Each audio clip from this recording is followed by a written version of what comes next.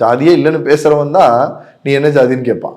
இவனுங்கெல்லாம் இப்ப இலங்கையில் நடக்கிற பிரச்சனைல மண்ணில் மாக்கிட்டு சிக்கிற மாதிரி இவனுங்கெல்லாம் சாகணுன்ற. இதுலயுமே அந்த ஒற்றுமைன்னு ஒண்ணு இருந்துச்சுன்னா இந்நேரம் அந்த பெண்ணுக்கான நீதியோ இல்ல அந்த பெண்ணு யாரா வேணா இருக்கட்டும், தப்பு பண்ணியா கட்டி போட்டு முட்டி போட வச்சு போலீஸ்ல புடிச்சு குத்து அவனுக்கு என்ன தண்டனை வரணுமோ அதை வாங்கி கொடுக்கறதுக்கு ஊரே திரண்டு நிக்கிறதுக்கு பேர் தான் உண்மையான நீதி. அப்ப அந்த ஊர் மக்கள் அதை பண்ணியிருந்தா இந்த பயம் பயம் இருந்திருக்காது. இதுதான் பெரிய பிரச்சனையாக இருக்கு. இது இங்க மட்டும் இல்ல, எல்லா இடத்துலயும் இந்த பிரச்சனையை எல்லா பிள்ளைகளும் அனுபவிச்சுட்டு தான் இருக்காங்க. ஒன்றும் இல்லை, 2019 நினைக்கிறேன், கள்ளக்குறிச்சி விழுப்புரம் மாவட்டத்துல ஒரு பிள்ளை, ஒரு அப்பா ஒருத்தர் அப்பாவுக்கும் கட்சிக்காரருக்கும் பிரச்சனை.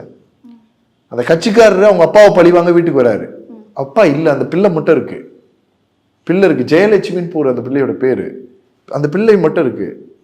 உன் அப்பா என்கிட்ட சண்டை போட்டு நிம்மதியா வாழ்ந்துருவானா அப்படின்னு ஒரு கேள்வி கேட்டு உன்னை என்ன பண்றேன் பாருன்னு சொல்லி வீட்டுக்குள்ள இருக்க அந்த பிள்ளைய மண்ணெண்ணெய் எடுத்து அப்படியே ஊத்திட்டு கதவு முடிட்டு வெளில ஓடி போறான். நம்ம தமிழ்நாட்டுல விழுப்புரத்துல நடந்ததுமா கவுன்சிலர் அந்த ஆளு, கவுன்சிலர் அந்த ஆளு. இந்த செய்தி உடனே கிளம்பி அந்த ஊருக்கு போய் அந்த பிள்ளை என்ன ஆச்சுன்னு பார்த்தா ஹாஸ்பிட்டல் அட்மிட் பண்ணுறதுக்கு, ஹாஸ்பிட்டல் அட்மிஷன் பண்ணுறதுக்கு அவ்வளோ பிரச்சனையை அனுபவிச்சோம். அப்போ நல்ல வேலை எங்களுக்கு அந்த டைமில் மக்கள் நீதி மையம் கட்சியிலேருந்து ஒருத்தர் எம்பி வேட்பாளராக நிற்கிறது இருந்தால், ஒரு நல்ல மனுஷனாக இருந்தார், அவர் கணேஷன் நினைக்கிறேன், ஒரு பேர் மறந்துட்டேன். அவர் சொன்ன உடனே ஓடி போயிட்டார். இங்கிருந்து நாங்கள் போகிறதுக்கு 4 மணி நேரம் ஆகும்ல, ஹாஸ்பிட்டல் அட்மிட் பண்ணோம்ல, ஒருத்தர் வேணும்னு உடனே அந்த மாதிரி நல்ல மனிதர்கள் தேவைப்படுறாங்க எங்களுக்குலாம். ஒவ்வொரு இடத்துலையும் எப்படியாவது என்னோட கனவே அதான், ஒரு கிராமத்துக்கு 10 நல்ல உள்ளங்கள் கொண்ட போட்டி பொறாமை இல்லாத நல்ல மனிதர்கள் தேவைன்றதா என்னோட எய்மே. பணம் வந்துச்சுன்னா எல்லா சமூகத்தையும் தூக்கி ஓரமா தூக்கி போட்டு போயிடுவாங்க. அதனால உயிரோட மதிப்பு அந்த எதுவுமே தெரியாது. இன்னைக்கு இவ்வளவு பெரிய செய்தி இருக்கு. இப்ப 2018 இருந்து 7 வருஷம் ஒரு அப்பா அம்மா அந்த பிள்ளைக்கு மரண தண்டனை கிடைக்கணுன்றதுக்காக எவ்வளவு போராடி இருப்பாங்க.